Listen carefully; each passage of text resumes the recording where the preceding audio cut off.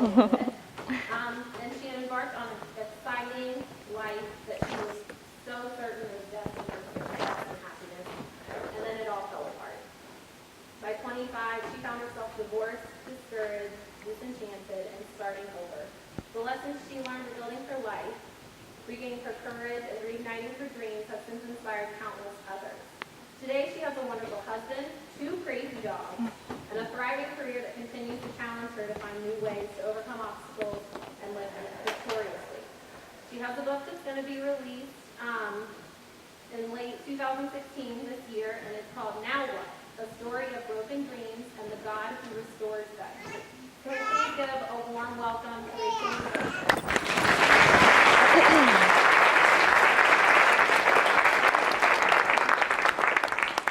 Thank you very much, Brooke. Let me turn my mic on. Am I on? No. Am I live? Let's try again. Still no mic. I don't know, it's been flashing weird colors. Oh no. Did It's green. Hello? There we go. There it is. There I am. So thank you very much for that introduction. Let me turn this on. So there is my family and my 2 crazy dogs. I was speaking down at a conference in West Palm this week, and the conference organizer saw this picture come up, and he goes, "Are those your real dogs? Or are those like actors? Like those are," and I was like, "No, really, my dogs are that cute." And so, like Brooke said, I did grow up in a small farm town in Kentucky, and I moved to Cincinnati actually about 13 years ago, and that's where I've been ever since. My husband, who's running around in the back of the room, and you've probably seen him with a camera in his hand, actually grew up in Columbus, but moved to Cincinnati, and that's where we met. And we actually got married, it'll be 3 years ago this year. And so he's not some crazy stalker or some gender-confused male. That is my husband that you see running around. And he's helping me with AV work. And so I have to make sure that I don't step in front of that thing. I'm not used to that being so close to me. And so he's wonderful.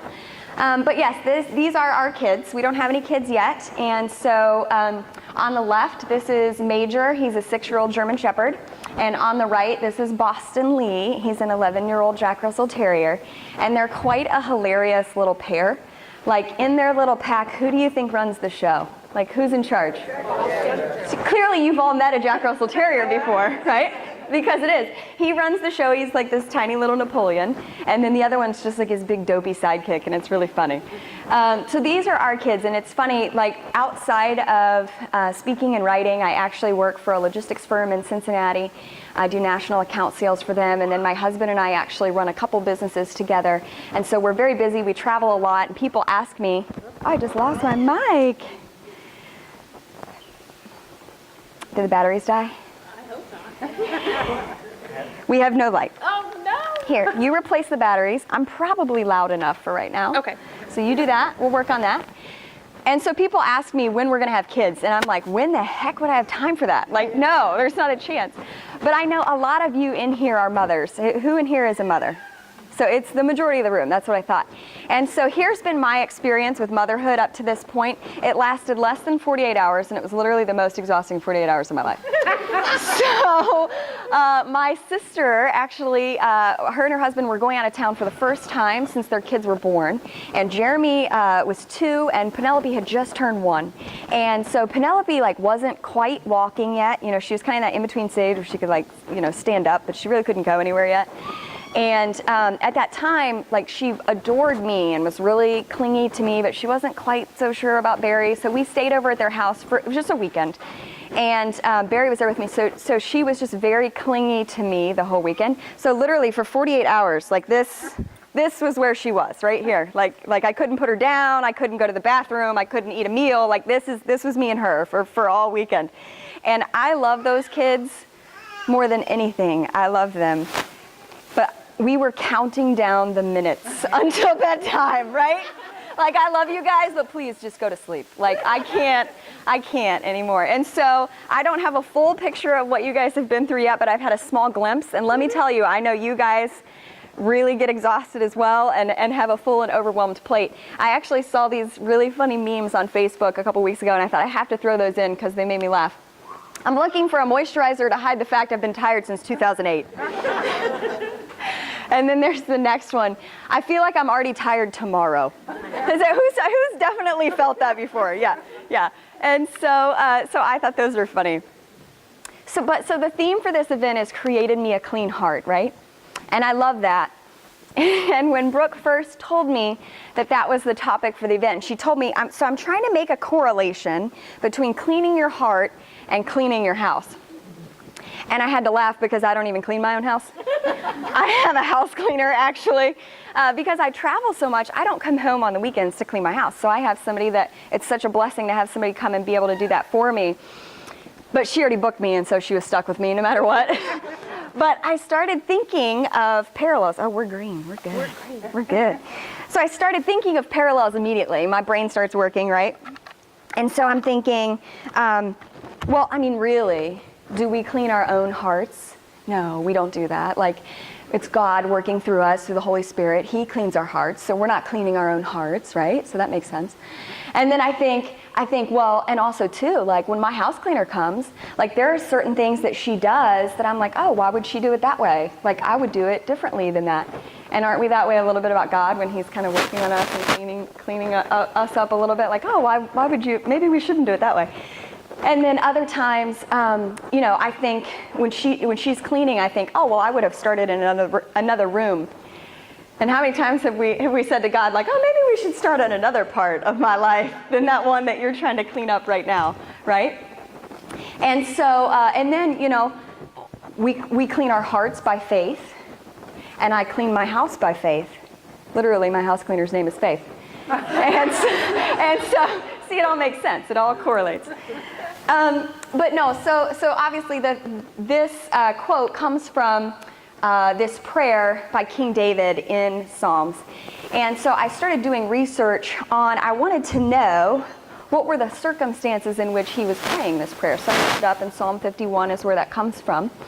And actually, when he prayed this prayer, and I was originally going to read the entire psalm because it's absolutely beautiful, but I want to keep this a little shorter for you guys, and I'm already going to be talking a little bit long. So, but when he's writing that psalm, when he's praying this prayer, it's right after he was confronted about his affair with Bathsheba. And for those of you who maybe aren't super familiar with the story, so King David was the king of Israel. And it was at a time of the year when all of his men were away at war, right? So they're away, and generally the king would go with his men to war, but at this time he had stayed behind. And so he was in his palace, with his family and whoever else around, his servants and all that. But he was up on the roof of his palace, and he's looking out over the city, and he looks down and he sees a woman named Bathsheba bathing on the top of her house, on the roof of her house, which is super weird, but that was definitely the thing to do at the time. That was common then. And so he saw her and he lusted after her. He said, wow, she's really beautiful, and he lusted after her. So he had her summoned into his palace, and then they proceeded to have an affair that night and be together. And as ironic fate would have it, in that one evening she conceived and she became pregnant.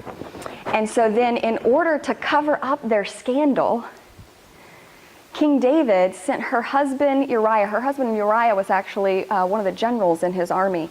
And so he ordered for Uriah to be sent to the front lines and killed to cover that up so nobody would find out. Because obviously it was going to become pretty obvious pretty soon that something had happened that her husband wasn't around for, and that was going to look a little suspect. And so they did that to cover up their sin. And then at that point in time, David invited Bathsheba into the palace and took her on as a wife of his own, so that he looked really noble doing this for one of his generals. And he took her on as actually his seventh wife, because he already had 6 others before her.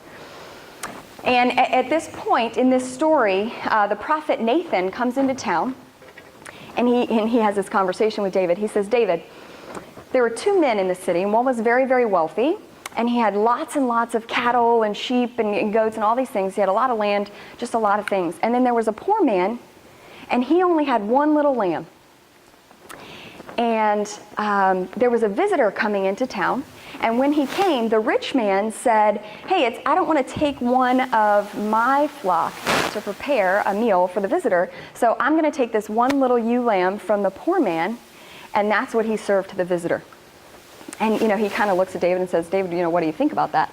And David is outraged. and he says, oh, the man needs to be killed, he needs to die, this is just, he showed absolutely no mercy, he needs to pay back 4 times what he's stolen from that man. And then Nathan looks at him and he says, David, you are the man. And it was in that moment that David was convicted.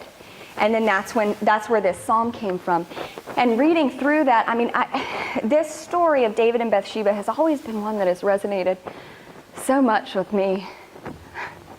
I'm not supposed to get emotional this soon. Because I know what it's like, and we don't know the details. The Bible doesn't clarify whether or not Bathsheba willingly walked into this affair, if she was lusting for David as well, or if it was just something that she went into because the king ordered her to, and she feared for her life or her safety or whatever. But I have been in a situation in my first marriage and known that agonizing pain of loneliness and just feeling neglected and rejected and abandoned and hurt and angry and bitter, and how easy it is to look to anyone and everyone to fill that void. And actually, in my first marriage, as my marriage was falling apart, my husband and I both actually walked into adulterous affairs. And so this story has always resonated with me, that it's recorded in history, and that David was still recorded as such a hero, even after going through something like that, right? So, I'm getting way ahead of myself, though.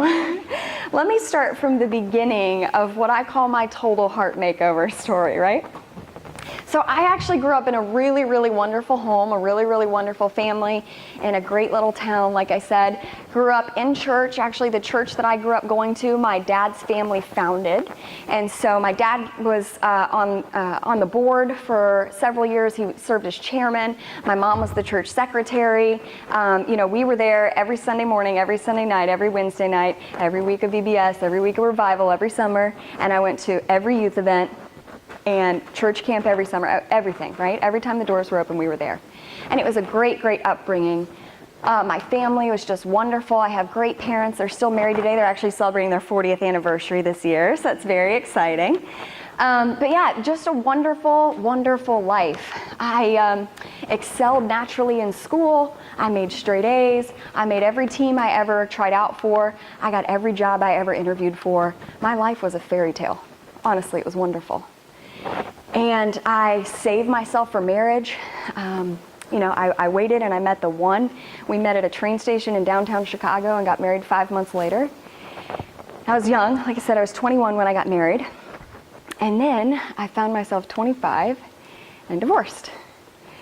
And for the first time in my life, I had failed at something.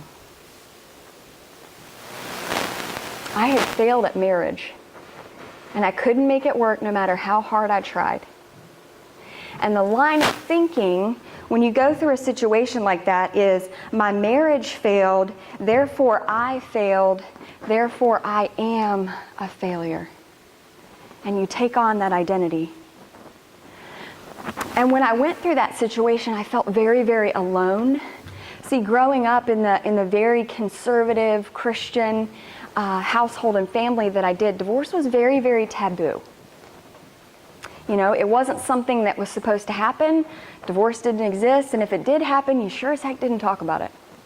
You just acted like it didn't happen, you brushed it under the rug, and you went on. And so I went through that, and I just felt so alone. There was nobody that I could talk to about it, and I felt like I didn't need to talk to anybody about it. I didn't want to bring that into them. I didn't want to bring that negativity around, so I would just keep it all to myself. And the worst part was the dreams that I felt that God was calling me to and what I thought He was calling me to in my life suddenly seemed out of reach. Like I was tainted now, like I was damaged goods, like I couldn't go after those things anymore, that I couldn't be used by God anymore, especially not in any sort of ministry, right? My first dream actually was born into me when I was going through high school. But then shortly thereafter, there was a pretty significant event in my life where my first dream, I thought I was going to speak and teach and train to young girls, to teenage girls, about abstinence. about saving yourself for marriage. That was something that I became very passionate about, something that I did. And so that's what I thought I was going to do. You know, take these natural born gifts and talents for writing and things like that that God had given me, and I'm going to use it for ministry, right? And so then I'm divorced. And I'm like, well, who the heck's going to listen to me now? And like, what credibility do I have now? You know, I tried that plan. I couldn't even make it work. And like, I don't even know if I believe in that plan anymore, honestly. And so now what? God, now what am I supposed to do with my life? And that's why that's the title of my book, because that's the point that I got to. And actually, I wrote a definition of it for my book. Definition of a now what moment. A now what moment is an event or sequence of events that culminates into asking oneself and life, now what? Usually out loud. The very lowest point of your life, the moment when everything you believed in comes crashing down around you, the trajectory of your future jolts to a halt, and you're left looking at the shattered pieces of your life and your dreams, wondering if your life will ever look like that picture you had of it again. Now what moments are often accompanied by feelings of lostness or hopelessness. See also rock bottom. And you know what? Maybe your story isn't divorce. I know that's not going to relate to everybody in here. I do know that the divorce rate is greater than 50% though, and the church is not exempt from that. And so statistically speaking, at least half of you in here have either been through or are going through divorce. But what I do know is that 100% of you have been through something in your life that's what I call your now what moment. Whether that was a divorce, whether it was an illness, the loss of a loved one, maybe you failed out of school or got fired from a job, or you tried to start a business and it failed. Maybe it was bankruptcy. I don't know what that was for you, but something has made you feel like a failure. Maybe your kids are struggling and you feel like a failure as a parent. So I don't know what that is for you, but what I know is when we go through dark seasons in our lives, there's a little voice that comes in and whispers in our ears, you're the only person going through this. You're alone. No one else will understand. And so we withdraw from the world and we keep our problems to ourselves. And the more people that I meet and the more people who tell me their stories, the more I learn how untrue that is. That there is always somebody going through or that has just gone through exactly what you're going through. You are not alone. You're never alone. That is a cleverly designed lie to drive you into shame, isolation, and depression. And whatever you do, do not listen to that voice. You see, friends, we have an enemy. He wants us secluded and alone by ourselves because he understands if he can drive us away from other uplifting and faith-filled people, then he can bog us down with thoughts of fear and insecurity and worthlessness and shame to the point we actually believe we're better off alone. And that's when he wins. I could write a whole book about the war that's going on in our minds for our thoughts. But Joyce Meyer's already done that, and it's really wonderful. If you haven't read Battlefield of the Mind, I highly recommend it. But she opens the book with this verse in Ephesians 6:12. She said, "For our struggle is not against flesh and blood, but against the rulers, against the powers, against the world forces of this darkness, against the spiritual forces of wickedness in the heavenly places." And where does that battle take place? In our minds. In our thoughts. Because our thoughts determine our belief systems, and our belief systems determine our actions. If we believe we're worthless and unworthy of love, we act accordingly and become self-fulfilling prophecies of that thought process, which only then reinforces those thoughts in our minds. So I was so plagued by these types of lies at this point in my life that I remember very specifically, there was this clear night that I remember that I had started disassociating myself from my leadership team. And there was one night I was sitting in the parking lot of a meeting that I was supposed to be going into, and I physically could not will myself to get out of my car and walk inside. because I felt like such the bad apple and such a negative influence. And I had honestly gotten to a point where I believed that it was better for everybody else if I wasn't around. They were better off without me. And I remember sitting in that car and all these thoughts are going through my head, and it's just overwhelming, and it's so much information, and I couldn't have a lucid thought on its own. It was just so much, just jumbled, and everything was confused in there, and all these voices were running through my head. And then I remember I heard above all the other voices, clear as day, these thoughts are not from me. These thoughts are not mine. And in that moment, I knew that God was talking to me, and I realized that I needed to start thinking about what I was thinking about, which is what Joyce Meyer talks about a lot in her book. And so what I did in that moment is I took out my notebook, and I flipped open to a page, and I wrote lies, real big at the top of the page. And then I started to write down every single one of those thoughts that was in my head as they came. And so I made a list. You're not worthy of being loved. You can't have the type of love you desire. You settled and compromised. Now you just have to take what you can get and deal with it. You'll never truly be happy in a relationship. You're not meant to be tied down. You can't be faithful. You can't trust yourself. You're too needy. You want everything you can't have. Just settle and be thankful you're loved at all. You're damaged goods. And I kept writing. And then I turned to the next page and I wrote falsehoods real big across the top, and I kept writing. All the thoughts as they were coming, I wrote every one of them that was going through my head down. And then I turned to the next page and I kept writing. And I turned to the next page and I kept writing. And 4 pages I filled up in that notebook. Oh, almost filled up. And I remember I got them all out and I got them down on the paper. And I looked at them all and I kind of put my hand over them and I said, these are all lies from the pit of hell. And I will never believe one of these things or think one of these thoughts again. And I didn't. I remember I put that notebook away and I didn't look at it again for 3 years. And I remember it was such a surreal experience when I pulled that notebook out again, because it was like, I could see that it was in my handwriting, but it was like reading words that somebody else had written. I couldn't even believe that those thoughts had gone through my head.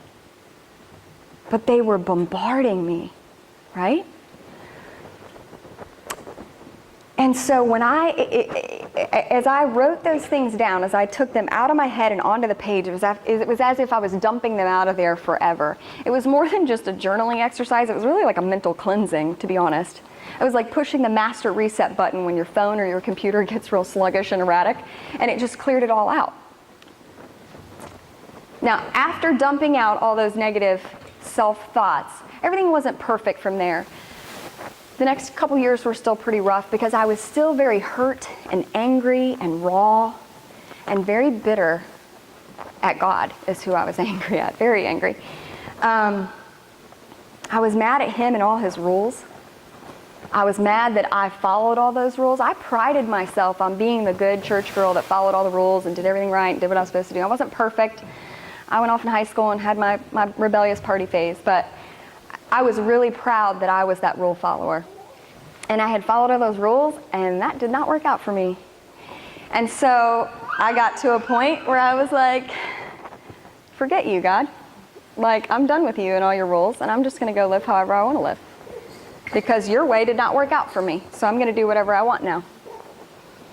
And then I got to a point that was really, really, really scary. And it's where I said, okay, because at first I was asking, hey, God, like, why did you let all this happen to me? I did all the right things. I followed those rules. Why did you let this happen? Don't you love me? Aren't you paying attention? And then I went, wait, if I followed all those rules and this is how it turned out, what if there isn't a God at all? That was the first time in my life a thought like that had ever even crossed my mind. And that scared the bejesus out of me. That I was at a place that I could think that literally everything I had built the entire foundation of my life on could be a lie. Could be just as made up as Cinderella's fairy godmother. What if there's no God at all? Then what? And so it was in that place when I was at my lowest point thinking, is there even a God at all, that I read this book called The Shack. Oh, I'm sorry. This is a quote also in Joyce Meyer's book, and this is about choosing your thoughts. You can't keep a bird from flying over your head, but you can keep it from building a nest in your hair. It's originally by Martin Luther. And that's talking about you can choose the thoughts that go through your head. You don't have to take them all. You don't have to dwell on all of them. You can dismiss some. So I read this book called The Shack by William Paul Young. Yes, it will break your heart. For those of you who haven't read the book, let me kind of set the scene for you, and I'm not going to spoil the story, but the line of the book is that it's about this guy named Mac, and he and his family are on a family camping trip, and his 4-year-old daughter is kidnapped and then raped and murdered by a serial killer. And so Mac is in this place, very understandably so, that he is very raw and angry and bitter at God. And so we were in this same place for 2 very different reasons, obviously. But what happens to Mac is, he starts to really spiral down this path of depression. He's very angry at God. He's rejecting God at this point in his life. And then he gets this invitation to go meet out in the shack where they actually found his daughter's bloody dress. And he doesn't know if it's a cruel joke or a prank or what's going on. And the letter was signed by Papa God, like come out here and meet me. And so he thinks, he goes out there to probably punch somebody in the face. You know what I mean? Or at least if he thinks it really could be God to confront him about the situation. And then the whole rest of the book is about this experience that he has in the shack. And like I said, I don't want to spoil the story for you, but in it he gets to meet the 3 persons of the Trinity. And he spends the rest of the book having these conversations with God the Father, God the Son, and God the Holy Spirit. And it's about all these lessons that they teach him, and it's absolutely phenomenal. What's interesting about this book is that if you haven't read it already, so in this book, God, Papa God, is actually a sassy, black, plump woman. And I read that and went, this is like heretical to say that God is a woman. Like, this is not okay. It put everything that I knew about God and been taught my entire life in church completely on tilt. And they explain in the book that we're created in the image of God, right? And there are men and women. So God is equally man and woman. So who's to say God can't show himself to us as a woman? Like how foolish of us to think that couldn't even happen. He can do whatever he wants. And so it just completely tilted my mind about who God is. And I tell people about this book, it was as if I was reading a love story from God to me, a love letter directly to me, where he said, no, honey.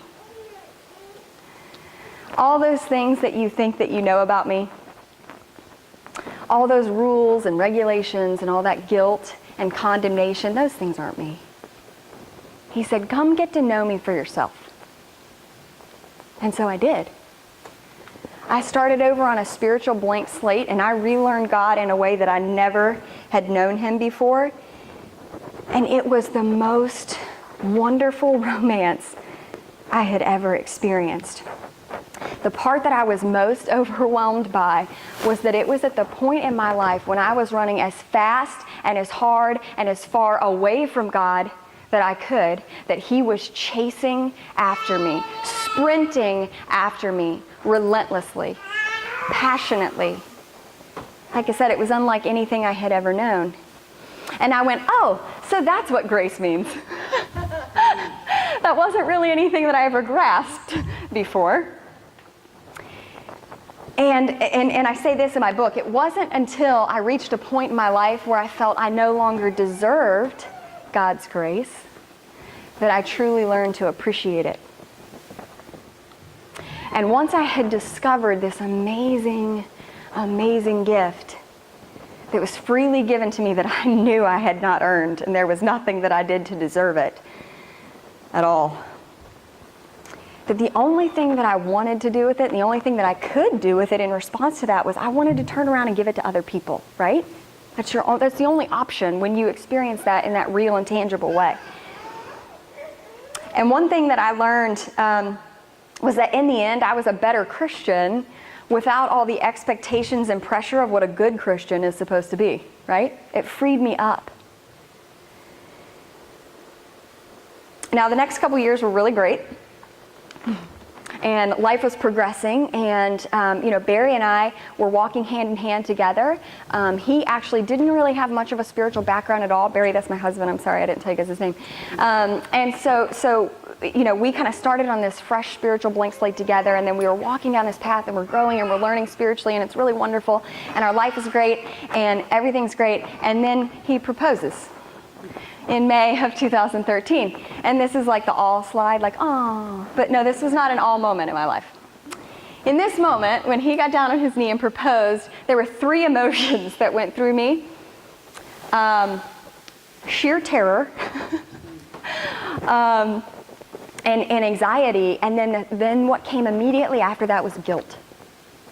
So I was terrified, and I went into a panic because he's proposing to me, and I'm going, I don't even know if I want to be married again. I don't know if I can be married again. I'm afraid I'll fail at marriage again. I don't even know if I understand the point of marriage. Like, I tried that. It was not so awesome. I don't think that I want to go that path again. And we're completely happy the way that we are. Why would we get married and ruin it? And so, what I understood, I was in this safe place where everything was great in our relationship, but I was in this place where if he ever changed and things got completely different, I could turn around and walk away. And if we were married again, I was going to be stuck again. And that was really, really terrifying because I'd already been in that situation, and it was awful. And so, and I sure as heck wasn't going to be the twice divorcee. That was just what I was thinking at the time. So, I need to understand what all this is about. So over the next 6 months between our engagement and our wedding, I went on this mission. So that night, the night we got engaged, while I'm laying in bed not sleeping because I'm freaking out, I got on my phone, on my Amazon app on my phone, and I ordered 16 books on marriage, divorce, and remarriage. I was on a mission, okay? 16 of them.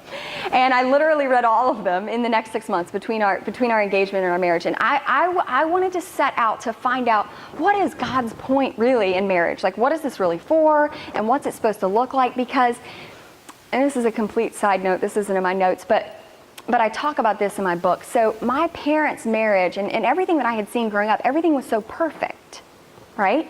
They had this wonderful marriage. They're blissfully happy, more today than the day that they got married. But watching that, that's where my expectation was. I expected marriage was just going to be this fairy tale land, right? And then I got married. And that's not what happened at all. And so this gap between my expectations and reality left me completely disenchanted in the middle, and discouraged and hopeless and all those things. And so I set out to really understand what marriage is about and what's the point and all those things. And it was right in that period of time that I had my Nathan moment, right? So I actually sat down and I was having lunch with Jennifer Beckham. She's a friend and mentor of mine. She actually wrote a book called Get Over Yourself, which is awesome. But Jennifer is actually she's called the Disney Princess Preacher. She literally worked at Walt Disney World, like she played Cinderella at Walt Disney World. So that's where that comes from, if you've ever heard of her. But she's an author and a speaker and then a preacher. Her and her husband actually co-pastor a church that they planted down in Jacksonville. And I sat down and I had lunch with her. And so I'm telling her about all these things. I'm telling her about, my freak out about being engaged and then all the things that I'm learning and all these things. And then she looks at me. This is where the Nathan moment comes in. She looks at me and she goes, "Do you feel like you've been released from your marriage with your ex-husband?" And if I hadn't been prepared for that question, that would have quite blindsided me. But actually, just a couple weeks earlier, I had just finished a book by Kenneth Hagin called Marriage, Divorce, and Remarriage. And in that book, he has a whole chapter where he talks about the instances in which he believes that God does release people from marriage. And at that point, it's a heart issue, right? And so I said, actually, yes, this is something that I have just kind of been thinking about. I haven't decided kind of where I was released, whether it was before he left or when he left or after he left or a year later when our marriage was, or when our divorce was finalized. But yes, I know that I 100% have been released from my marriage to Alex. And she said, okay, great. And she went on to tell me more of her story that I didn't know because it's not in her book because it happened after her book came out. She said in the 7th year of their marriage, right after she released her book, her husband Anthony came to her. And now, mind you, her husband Anthony was a pastor when they met and got married. So he's still a pastor. And he comes to her and he says, I'm glad you're free. Now, I need to tell you something so I can be free. Start a conversation like that, right? And what he says to her, he goes on to tell her that ever since the time when he was a little 8-year-old boy, when his uncle first introduced him to it, he had been addicted to pornography. This is a pastor. And her immediate response to that news was not exactly her finest moment. The way that she responded was, God, I don't have time for this. I do not have time for this. I've got a book, I've got a ministry, I'm doing all these things for you. I do not have time to deal with this. Like, just let me leave. God, it would be so much easier if I could just leave. And God told her to stay. And what she said to me that day, she said, that's the whole point of marriage. It's not about love or even about us. God puts us with another person in marriage to heal them and them us, to be His extension of love to them on this earth. It's the people who are the nastiest and ugliest and meanest who need our grace and love and compassion the most. Hurting people hurt people, she said. That saying is true. But what it's about is seeing them as a human being who God loves and created, regardless of how they're acting in that moment. And we're called to stay and love people no matter what. And when they hurt us, she said, we go to God to get filled up again. And then we go back into the fight. And when they hurt us again, we go back to God, we get filled up, and then we go back into the fight. And they hurt us again, and we go back to God, and we get filled up, and we go back into over and over and over and over until they finally see that we're not going anywhere and that it's safe. And they can start to grow and change. Now, she wasn't referring to physical abuse. That's a whole other conversation. But she says that's what marriage is about. And she says, so that's why I asked about your marriage to Alex. She said, I do believe there are circumstances when God releases people from marriage, and that's between you and God. But at that point, what He's concerned with is how we leave them. Right? Again, it's a heart issue. Do we leave them more broken and damaged and scarred than when we met them? Or do we leave them in a place of wholeness and freedom? And this is that moment, I imagine David and I were having kind of the same, gut punch reactions to this, oh crap, I did not leave Alex in a place of wholeness and freedom. I left him in shambles, probably on purpose. So I need to do something about this. And I was really convicted in that moment, and I started thinking oh my gosh, I've got to get a hold of him, I've got to apologize, I need to make this right, I've got to do something about this. And as soon as that thought came, the next thought came, and it said, I don't have any way to get a hold of him.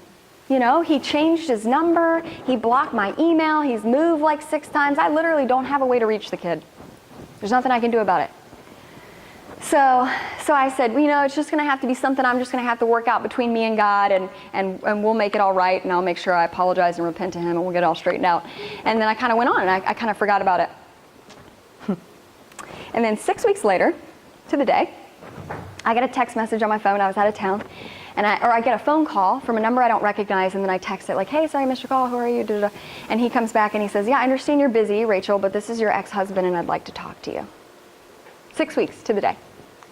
And now, mind you, that's big news because I had not had a conversation with him. I hadn't spoken to him, communicated to him in any way in over 2 years. And then even the year before that, we'd only had about 2 conversations. Both were not very pleasant. And so he's saying he wants to talk to me, and so I had to pull my car off the side of the road so I didn't wreck because I was about to throw up. And I actually called Barry and I said, oh my gosh, I just heard from Alex, he wants to talk to me. I said, it's one of 2 things. I said, he either wants to yell at me again for keeping in contact with his family, because they still love me, or B, he's calling to apologize. And I said, I really think he's calling to apologize. And Barry's like, really? I'm like, yeah, I really think so. He's like, well, let me know if he yells at you. I'll take care of it. I'm like, okay.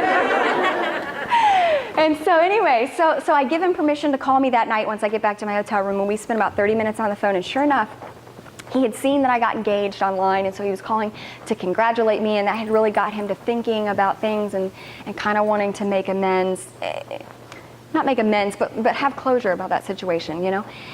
And so he spent about 30 minutes then apologizing for everything. He apologized for leaving. He apologized for the way that he left. He apologized for letting his girlfriend dictate the way that he treated me towards the end of our relationship. He apologized for being too immature and really ready to be married in the first place. He apologized for all these things. And he said, here's what he said to me. He said, I just didn't want you walking around for the last 3 years thinking that the reason that our marriage failed was because of you. Well, of course that's what I've been walking around thinking for the last 3 years. And so it was so freeing for me to hear him say these words, even just to take an ounce of the responsibility, right? And it just set me free. And so I said to him, I said, Alex, look, I've already forgiven you for this a long time ago, and I let all that stuff go. And I said, but I appreciate you saying it. That's really helpful to me, actually. I was going to therapy at the time, and I was like, my therapist is going to love this stuff. And so she is not going to believe me. So no, it was really, really good. And I said, but you know what? I owe you an apology too. And he said, oh, no, you don't. I said, oh, no, trust me, I do. And but it's going to take me a couple weeks to kind of put it into words, and then I'll probably just send it to you in an email, because that's the way that I feel most comfortable communicating, by writing. And so a couple weeks went by, and I put together my apology, and it was about 3 pages. It's in my book. But the one thing I wanted to communicate to him so clearly was, hey, Alex, this picture that you had of what you wanted your life to look like and what you wanted marriage to look like and all these things, even though our marriage and it didn't look like that, and the way that you acted in our marriage wasn't what you pictured for your life, you can still have that. Okay? Like, I promise you can, and you're a really great guy. And then I went and I listed bullet point by bullet point the things that I wanted to apologize for. And I apologized for, not having his back, and for being so critical, and for comparing him to my father, for crying out loud, every day, and all those things. And I get an email back from him, and here's what he said. He said, I want you to know it's been a long time since a tear has left my eye until today. The unbelievable love in that message for me as a human being, I swear to you, he used those words, was breathtaking. The same words that Jen had told me, right? We just need to see people as human beings, no matter how they're treating us, no matter how they're acting. Human beings that God created and loves. And so then a couple weeks later, I was back down in Jacksonville, and I was having dinner with a sister, and then she told me about the conversation that they had had about our conversation. And she said, Alex said to me that of all the things he's done in his life, good and bad, all the decisions that he's made, he knew marrying you was the right thing to do, if for nothing else than to learn what true forgiveness means. And I think what he was trying to say, what he was trying to put in words there, is he felt what grace was. And I went, yes, I did it. That's exactly what I wanted to convey to him. I wanted to pass on that unbelievable, unearned gift that I had received onto him, to let him know, like, hey, it doesn't matter how bad you screwed up, it's still going to be all right. That's not all that happened in 2013. It was a really big year. In my book, I call it the year that God wasn't even trying to be inconspicuous. It was just crazy, all the things that he was doing, and pieces that he was moving, and people he was bringing into my life. It was awesome.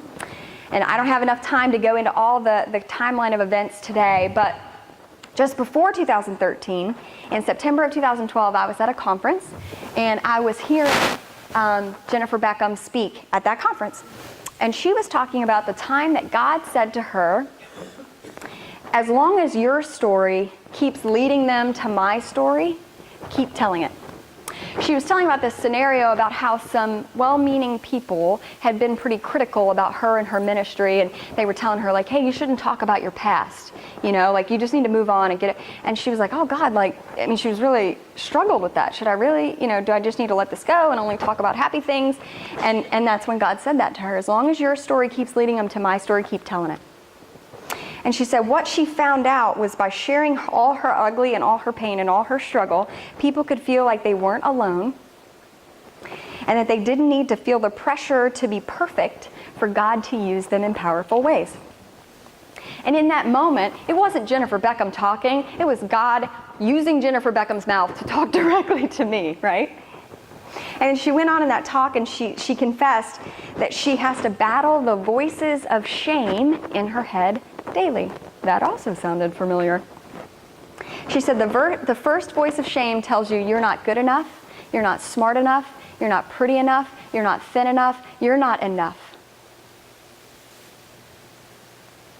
And the minute that you silence that voice of shame, which I had already done, I had already kind of put that away, the second voice of shame comes right in behind it, and it says, sit down and shut up, nobody wants to hear what you have to say anyway. Who do you think you are? And that was the voice that I was battling at that time. See, over the next kind of year and a half, God was telling me over and over and over again from every direction, through all different kinds of people and circumstances and scenarios, tell your story, Rachel, tell your story, tell your story, tell your story, tell your story. And so I had started sitting down and I didn't know what else to do. I was starting to sit down and have cups of coffee with people and tell them my story. And then I would reach out to people that I could see. We all know the telltale signs of when people are going through divorce on Facebook, right? We can see it. So I would reach out to those friends and I would say, hey, what's going on? How are you? And they would pour out their heart to me and I would tell them my story about what I went through. And it was helping people. I could see that people's lives were being changed. There are marriages that are still intact today because I told them my story, because I was willing to be vulnerable with them. And so I started to see, okay, so like I can tell my story and I can be used to help other mid-20s divorcees, right? Okay, I can kind of see how this is coming together. But like, I can only have so many cups of coffee. So like, I can see how this is going to work, but, and then I started hearing things about writing a book, which I had always been a writer. I had always wanted to write. And I thought, well, God, if I write this down in a book, like what lessons would I even teach? Like, who am I to teach? And there are so many other books written like this. And am I even qualified to do this? And all these things are going through my head. As long as your story keeps pointing them to my story, keep telling it. So I did. And then a big turning point for me happened in the summer of 2014. I had an opportunity to go back and volunteer at the church camp that I grew up going to every summer. And I went back and I volunteered the senior high week, and it was awesome. It was really cool. And on the very last night of camp, we're sitting around in the dorm with all the girls. There's 6, 7, 8 of them, how many ever of these girls sitting around me. And they all start telling their stories.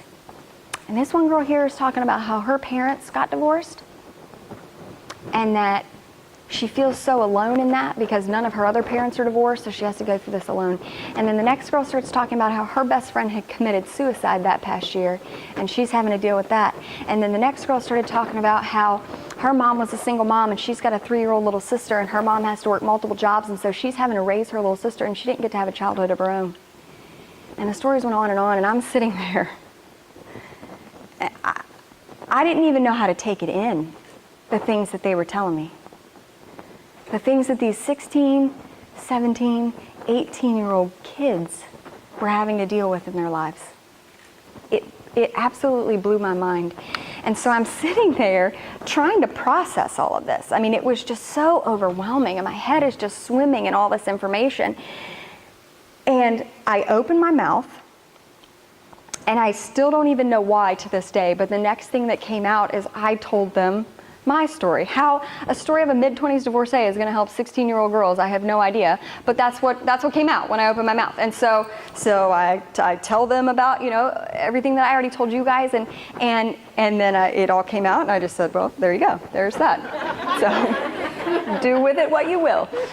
And then this one girl looks at me, she looks me right in the eyes, beautiful little blonde girl. And she goes, everything you just said in the last 10 minutes is exactly what I came to camp to hear.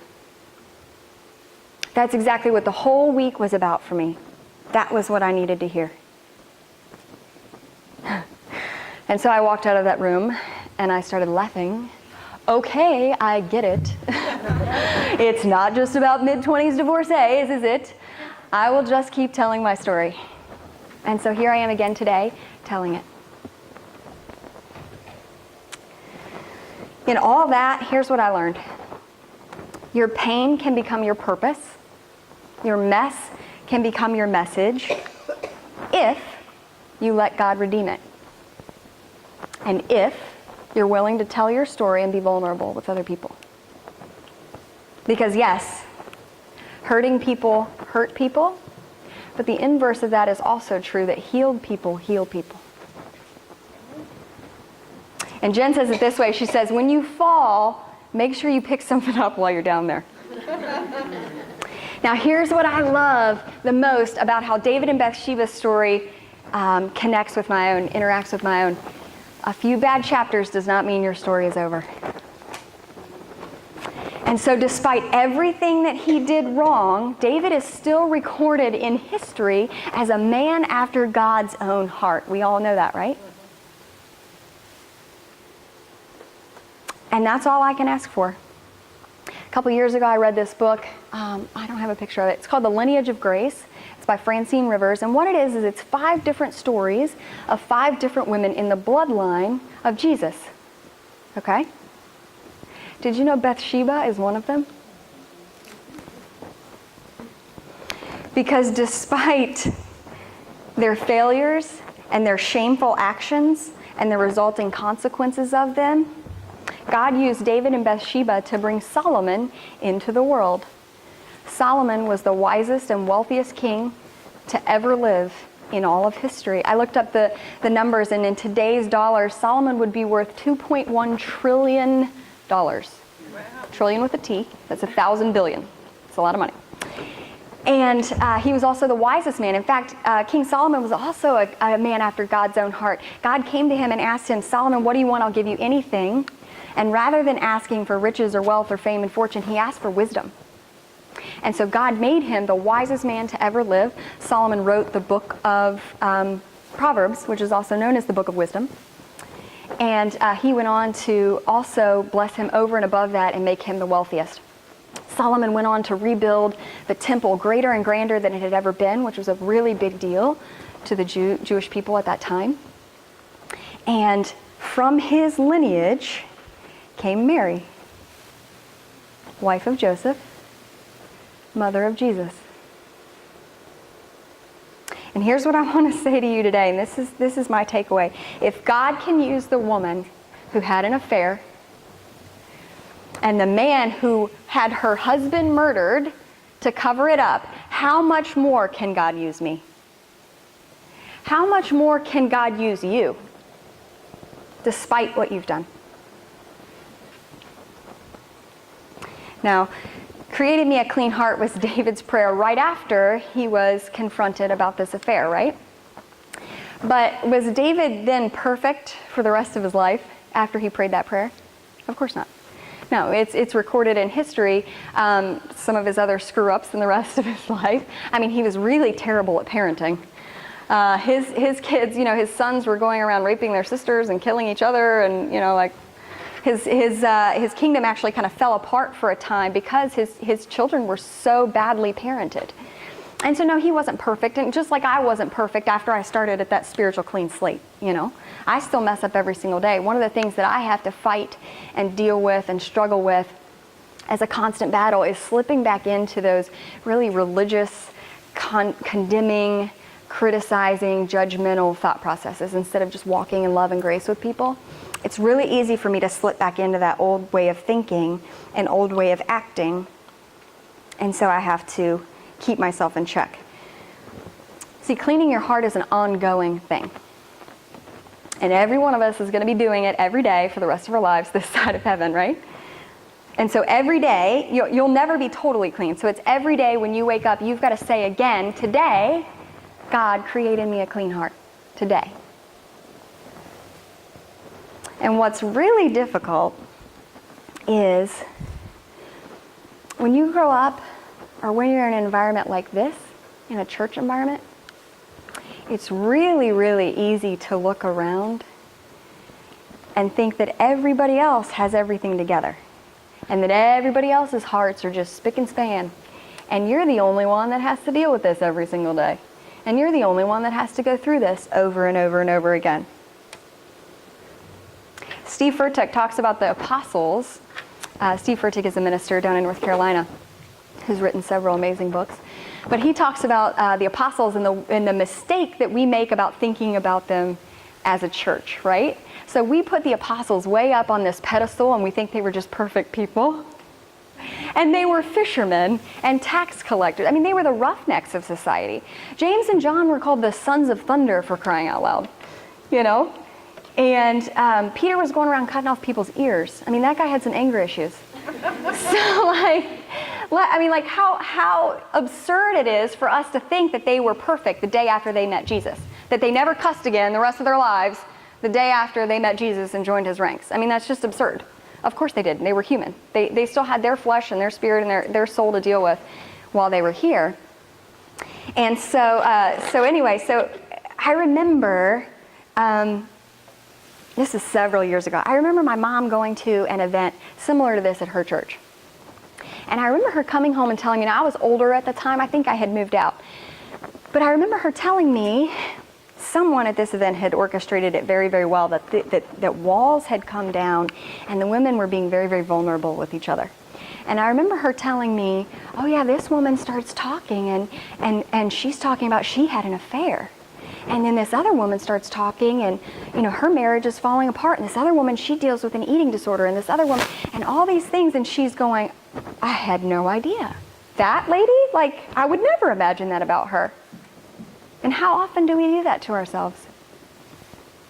And I remember her telling me that, and it just set her free. I remember it was just such a great revelation for her. I think it was the first time she really had a picture of that freedom and that vulnerability.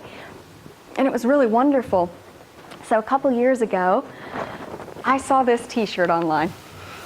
I love Jesus, but I cuss a little. And I saw that the first time, and this girl I went to high school posted it. And let me tell you, I slipped right back into my old condemning religious ways real quick. And this is what I thought. Oh, about that girl? Oh, of course she posted that shirt. Yeah, she did. And I just remember judging her and thinking, like, I can't even believe you do that, and that's so rude and disrespectful and all these things, and whatever. And then about a year later, I saw it again. And I thought, you know what? I actually kind of like that shirt. What a perfect picture of authenticity and grace. What if we all wore a t-shirt? I love Jesus, but I cuss a little. I love Jesus, but I gossip a little. I love Jesus, but I doubt a little. But I fear a little. But I lie a little. But I get drunk a little. But I watch porn a little. But I disrespect my husband a lot. I love Jesus, but I'm still imperfect. I'm still a work in progress. What would happen if we were all just a little more real with each other? A little more authentic. A little more honest and vulnerable about what we were going through. The longer that we hide our imperfections, the longer we have to deal with them.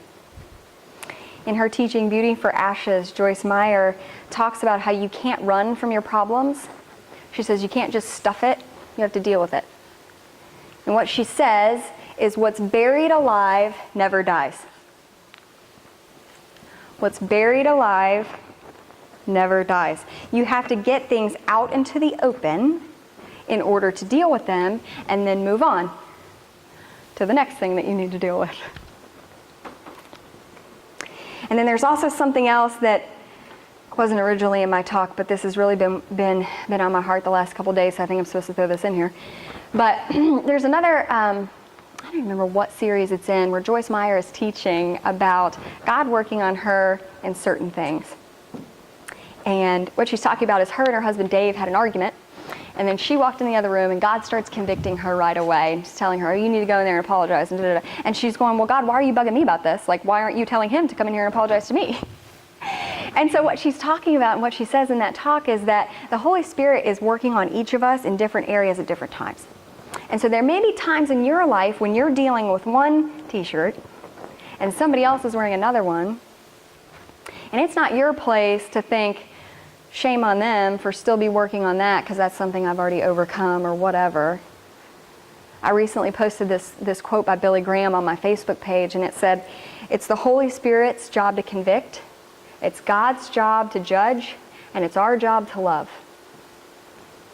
How many more people would be attracted to Jesus if we didn't get those things confused? So, Margaret Thatcher says it this way: you may have to fight a battle more than once to win it. I love her. But you want to talk about cleaning your house? You guys thought I forgot about this, didn't you? What if, before my house cleaner came, I was really embarrassed about how much trash there was and what all was in the trash, so I hid it. I took the trash bag out and I went and hid it in the closet somewhere. Right? So she could come and clean my house as hard as she's ever cleaned my house, top to bottom. She could spit, shine the metal in my house. And it would look clean, but it would feel dirty and it would smell disgusting. Right? There would still be all that filthy, rotting trash in my house. So what about the times that we feel like our house is just too messy and we want to hide our trash from God? We keep the blinds drawn because we don't even want him to be able to look inside and see all the mess that's going on in there. And we think, oh, we just need a little time to get this cleaned up ourselves, and then we'll invite him in and he can kind of finish the job, right? You don't have to pre-clean anything for God. He can handle it. He can handle your mess. He already knows all about it. About a month ago, I was at an event that my church put on. It was a youth event, and the worship leader was up on stage and she was telling her story. And ironically, her story was about going through her parents' divorce. Her dad was a pastor, and they got divorced when she was about 13 years old, and so she talked about all the ways that affected her in her life and all the mess that brought in her life. And she did this really cool visual where she was like pouring different colored paints on herself, and she was a filthy mess by the time she was done talking, but it was really cool. And then she ended her talk with this visual. And she said, okay, so I'm a mother. And she said, when my boys are sick, you know, they have it coming out both ends, right? She said, all you mothers, you know about that. She said, when they're sick and they're covered in their mess in their crib, right? She said, I don't stand at the door and go, hey, you. Why don't you get yourself all cleaned up there, and once you're a little more tidy and not disgusting, making me want to vomit, then I'll come in and we'll hang out. She said, no, I don't do that. It's my baby, it's my child. She said, so I go in there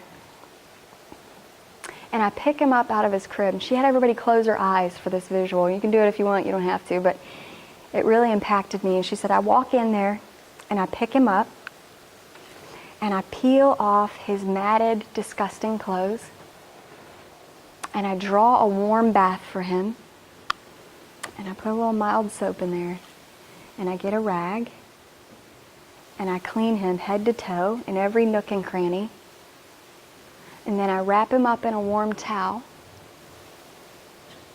and I rock him back to sleep while I sing lullabies to him about my love for him.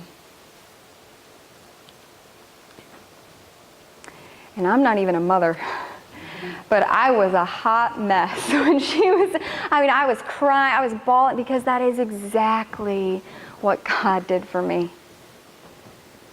When I was the nastiest and the messiest I had ever been, He came and picked me up right out of the middle of it and cleaned me up Himself.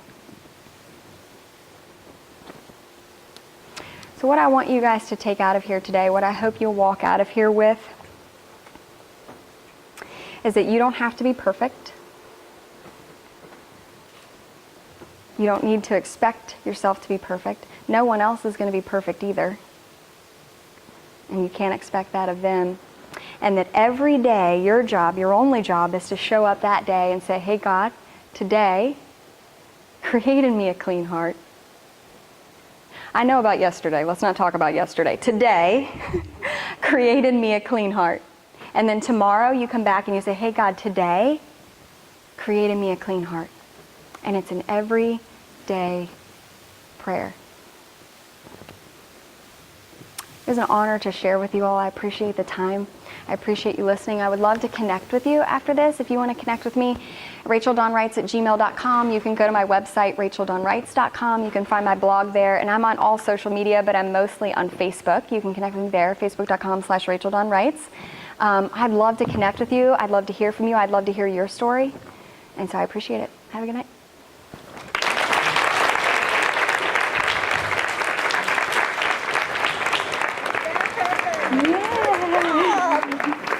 You made me cry. Let me turn this off.